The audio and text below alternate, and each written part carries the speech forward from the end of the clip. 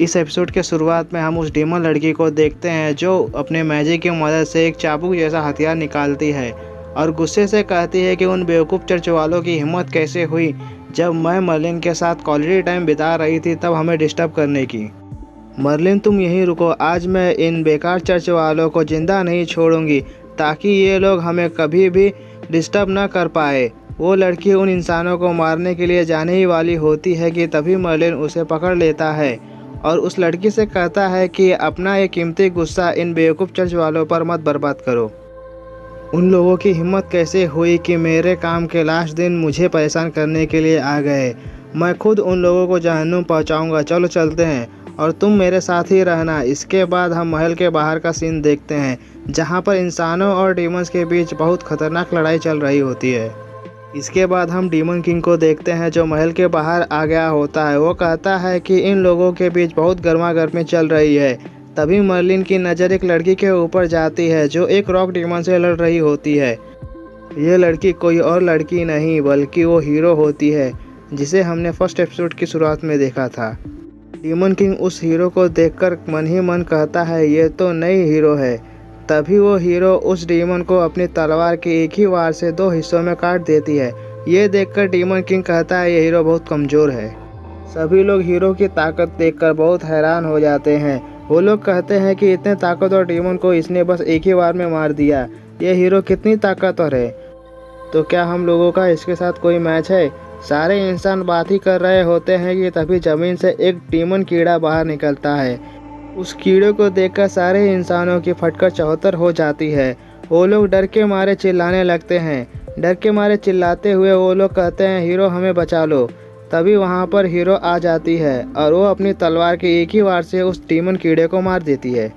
उस कीड़े को मारने के बाद हीरो बाकी सोल्जर से कहती है कि लड़ते समय कभी भी अपना ध्यान भटकने मत देना, नहीं तो जान जाने में टाइम नहीं लगेगा। हीरो को देखते हुए सभी लोग कहते हैं आखिर कोई इतना कैसे परफेक्ट हो सकता है। इसके बाद वो हीरो चिल्लाते हुए सभी लोगों से कहती है मैं अलीसा 233वीं हीरो, मैं एक घोषणा करती हूँ कि आज मैं इस डीमन किंग लूसीफर को जान से मार दूंगी। हीरो का नाम चिल्लाते हुए सभी सोल्जर्स डीमंस की तरफ बढ़ने लगते हैं। इसके बाद हम एक मोटे इंसान को देखते हैं जो दिखने में शायद एक पादरी के जैसा दिख रहा होता है, जो गुस्से में चिल्लाते हुए दूसरे पादरी से कहते हैं उन बेकार सोल्जर्स की हिम्मत कैसे हुई कि मेरी बात ना मानकर उस हीरो की बात मानने की। तभी दूसरा पादरी पहले पादरी से कहता है कि बिशप आप शांत हो जाइए। वैसे भी हमारे चर्च के पास जो इलाइट सोल्जर्स हैं उन्होंने अभी भी इस लड़ाई में भाग नहीं लिया है और ये जो वर्ड गार्ड के बेकार सोल्जर्स लड़ रहे हैं इनसे हमें कोई फ़र्क नहीं पड़ता। जो हमारे चर्च के सोल्जर्स हैं उन लोगों को इस लड़ाई में अपना पैर हिलाने की भी ज़रूरत नहीं है। एक बार ये सभी लोग मर जाए तो हमारे इलाइट सोल्जर्स जीत को क्लेम कर लेंगे। मुझे तो बस एक बात की चिंता है कि क्या हीरो अलीसा सच में डीमन किंग को मारने में कामयाब हो पाएगी। तभी बिशप हंसते हुए कहता है कि इस बात से कोई फ़र्क नहीं पड़ता कि हीरो अलीसा डीमन किंग से हार जाएगी। वैसे भी जो हथियार हमने छुपा कर रखा है वो डीमन किंग को मारने के लिए काफ़ी है।